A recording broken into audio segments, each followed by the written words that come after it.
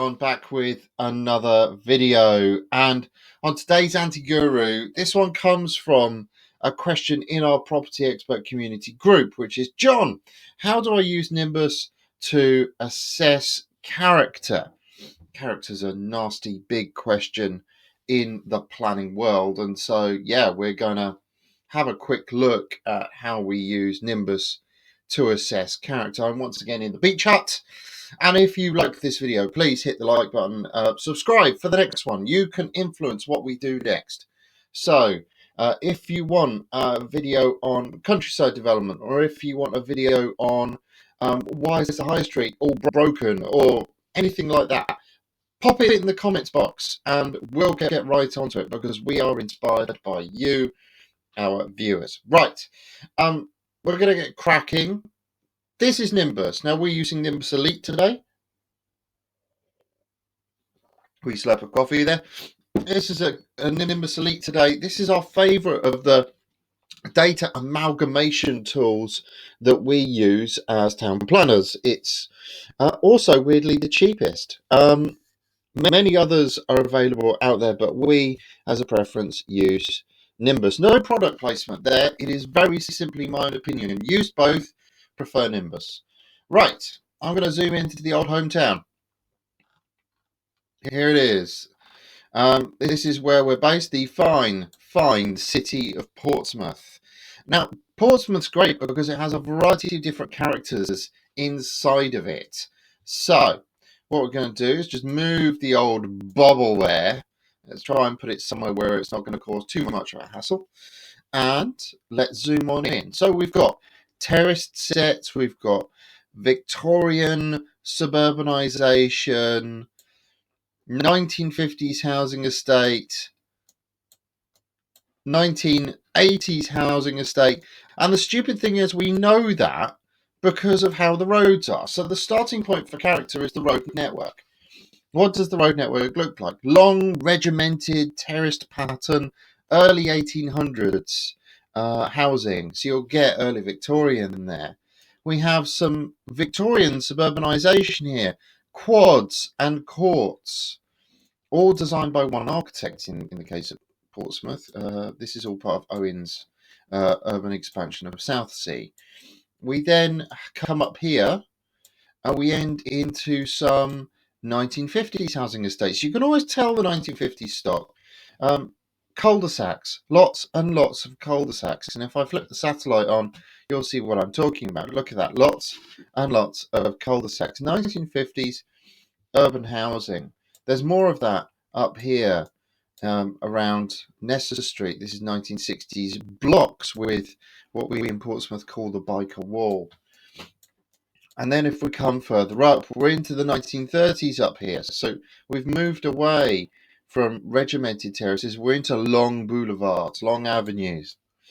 We come further up and we're into 1990s housing now. So this again is very atypical of sort of 1990s long winding roads. You've got some more of it here, long winding roads ending in T-junctions, and you've got some more of it most definitely up here. This is probably the better example of 1980s 1990s housing estate building is cul-de-sacs, crescents, everything very pretty, lots and lots of trees, that kind of thing. Right, how do we use Nimbus to assess character? The first rule with assessing character is the road network. And that deals with urban grain, plot, and plan form. So let's zoom in on some of these longer terraces. So here, the urban character very much is for two-story, and we can zoom in and double check our assumption here. We've made an assumption it's two-story. Those are two-story houses. I knew there were two-story houses, A, because I've driven down that road, and B, because they're two-story houses. Two-story, long gardens, thin plot, and high density, very high density for terraced housing, to be fair. You can get higher. Some of the properties in London are aiming at higher here, but in reality, you've got some really nice two-story housing stock going on here. You do have some little quirks where, you've got some curve-ins, but you'll often find that as part of bomb site infill. So Portsmouth was bombed heavily during the war, and you'll find this change in character, this change in form, where you have bomb site infill. The original terrace would have continued along. You can actually see where it would have started and ended. And then this house, this house, this house, and this house are later additions into the curve. Right. We move on to then look at, so we've dealt with appearance, essentially terraced housing. We've dealt with plan form. We've dealt with, in this, we can also deal with a number of other things. And I'm going to switch on the master map, try and remove some of the noise. And the urban patternation will become abundantly clear. Well, when you use the master map, you always get this very clean image, and it's the cleanliness of the image that you want. So let's go down into these houses here. Bewley Road, beautiful. So we can see our terraced houses, we can see our long plots, we can see some variation in width, and that variation in width is caused by houses being built at different times. That gives us a slightly gentrified appearance.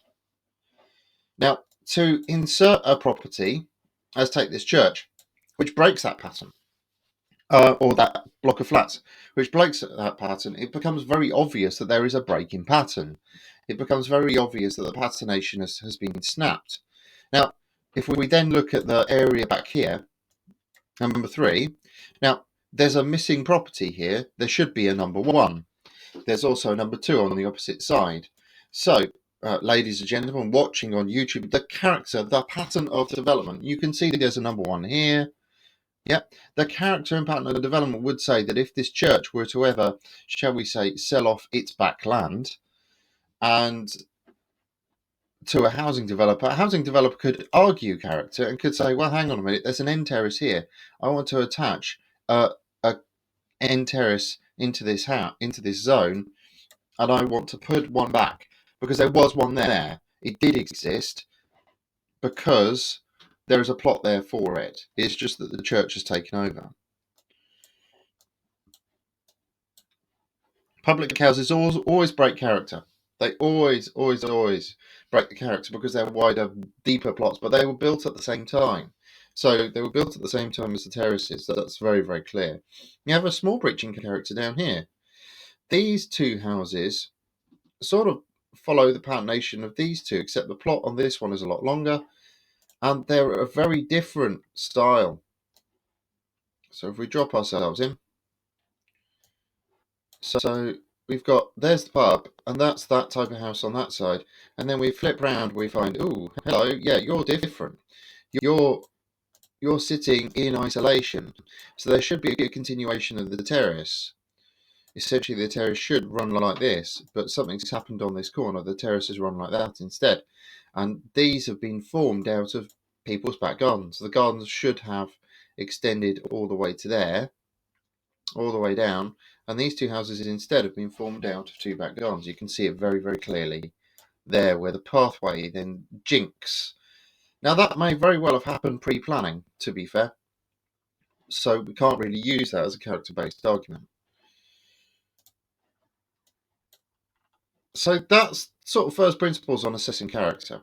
There's a really good example of on-site infill right there. Number 30 and number 26. Different in patternation. Everything on this road is in a strict building line, set back behind the forecourt, and then you have number 30 and number 28 just sitting there in isolation of each other and everything else, and set back from the road in such a degree that you look at it and go, well, something is going wrong there, or something is going on there. So let's have a look. And if we spin around, look, lovely regimented pattern, and then we look and there's our bomb site infill. That is where an incendiary hit. Those houses were demolished as a result of the incendiary, and two houses were put back. Those are 1950s in age, and they were put back in the wrong place. They didn't rebuild this. They built something of a time, built something wrong. I know. But that's where character can get broken. Now, we can use character in order to find development sites, because what we're doing is looking for the error. So we already found one in Portsmouth behind that church, where that church hall was. Whack a house there. That would work. But let's skinny around and see if we can find a couple more. So we're looking specifically for the error. We're looking for the breaking character. So let's go down here. Powers Court Road, Drayton Road, Emsworth Road. So these terraces here are typically supposed to have very short plots. You can see how short those plots are. Let's turn the master map on to make it even more clear. So we've got some very short plots there, number 1 and 2, in exactly the configuration you'd expect them to have. And to be fair, to give you an idea how short these plots are, sorry, moving my head again, to give you an idea how short these plots are, this should be about, yeah, it's 8 metres. That's about right for a Pompey terrace in that sort of configuration. Right, so let's turn that measuring tool. My head is just in the way. Let's turn that measuring tool off for a second and skinny along here, because here the pattern is being broken. The existing pattern, stops at this point for some reason. This line of 1, 2, 3, 4 houses is original, whereas this road stopped here. Number 2 is in a weird position. So the question I would ask in terms of assembly, and remember the A in L.A.N.D, our L.A.N.D model, stands for assembly. Where can we assemble a development site? So we do have a breaking pattern here. We've got this patternation coming all the way down. Now this is an original break. That happened, right? It may very well be in the case that this developer didn't have any more bricks or didn't fancy building out. So what can we do with it? Now, what we can do with it is actually quite special. So let's just take our old measuring tool here. God, I'm starting to sound like Bob Ross. Let's take our little grey measuring tool here and plot something on. We've got this house here causing a little bit of a problem for us because it's got very little garden if we were to take all of this. So we're probably not going to be able to take all of it.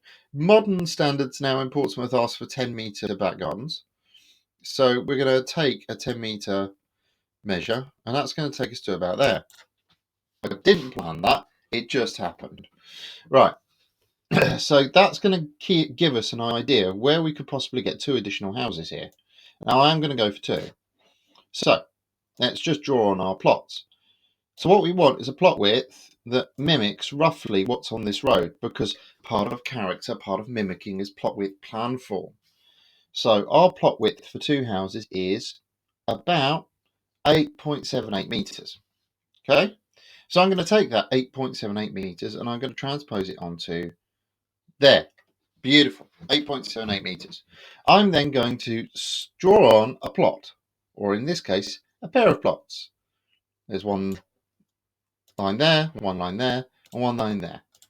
Now that pair of plots mimics effectively the pair of plots immediately above and immediately behind.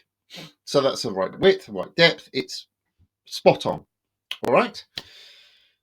Now, there we know we can get 2 two-story houses because we've got plan form, we've got plot, we've got depth, we've got width, we've got everything we need. And if I draw my final line, which will be about there and about there, he says, it wasn't there.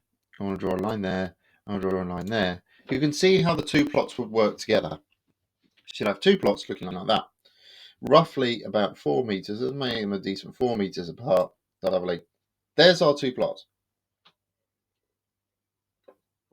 Decent depth, decent width, decent everything. That works. Now we can assemble that land out of 1, 2, 3, 4, 5, 6, 7 gardens.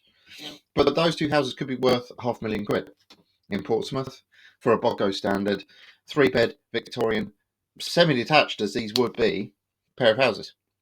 And it would fit character. It would not be overdevelopment because you're leaving enough depth, you're leaving enough separation distance down here. And if I zoom in on number 1, this hasn't been checked before. I'm doing this on the fly. What's the betting? There are no windows in the side of number 1, just one there. That's not so much of a problem because I'm leaving a gap. Good. That is assembly, right? And that's assembly utilizing character as the primary driver. Character being our primary focus, assembly being our driver forward. All right. Let's just have a look at one more. See if we can find one. So A in our L.A.N.D model stands for assembly. Okay. It also stands for abnormality. So I want to look for something that's abnormal. Let's look at, for example, this garage block down here that's abnormal. Unlikely to find a garage in the middle of a residential area. Very much an affectation of the early 1900s. So let's spin around and, oh dear. Now this would be out of character, right? Out of character for a few different reasons. It's taken up nearly 100% of the plot. It's a single story building in a character predominated by 2 and 2.5, because these are early 1990s, maybe even early 2000s build. So, and you've got this 2.5 story high here with this, what is called the Portsmouth dormer. It was built first in Portsmouth, we named it. Here, you've got this garage. Another good example of bomb site infill. So you've got a couple of different character sets to choose from. You could go for another terraced house. That's reasonably interesting. You could go for a 2.5 story block. Now these 2.5 story blocks are actually set out in flats. You can see 1, 2, 5, and 6. So you've got 4 flats in one of those 2.5 story blocks. So let's see if we can get that to fit. Let's come out of that and go into here. So Nimbus again being our primary driver tool. What we need to do, ignore this front projection. That front projection is just a projection. It doesn't help us. So what we need to do this time is we need to take a point-to-point measurement, and we need to discover where that sort of midpoint is. Now, the reason why I'm doing this is I'm trying to create a step in the road frontage. At the moment, that garage is probably a bit too far back. So I need to create a step in the road frontage in order to balance everything off. So my step is probably going to fall about there in reality, because I'm stepping down to this. Once I put my step in that road frontage in, I can then start playing around. Now, the other thing I've got here is a step here. I've got this set all the way back, and I've got this set all the way forward. So in reality, in order to not avoid an objection, I'm probably going to build a building that looks something like this. Keeping the light well.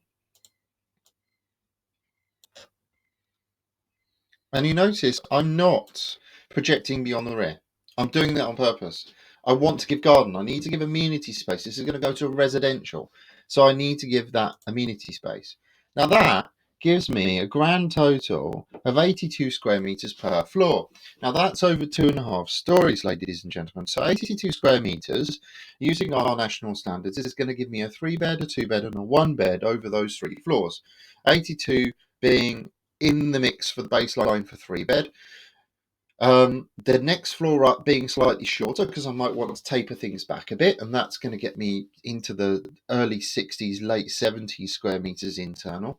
And then the top floor being a half story, I'm taking quite a lot out of that floor area. It's going to give me a 1-bed, so it's a traditional 3-to-1 mix. But that then fits, because that fits the plot, and then I can give amenity space. I can give bike and parking, bicycle storage and car parking, and I can even put parking at the front, because I bet from when I take that to there, that's going to be about 4 meters.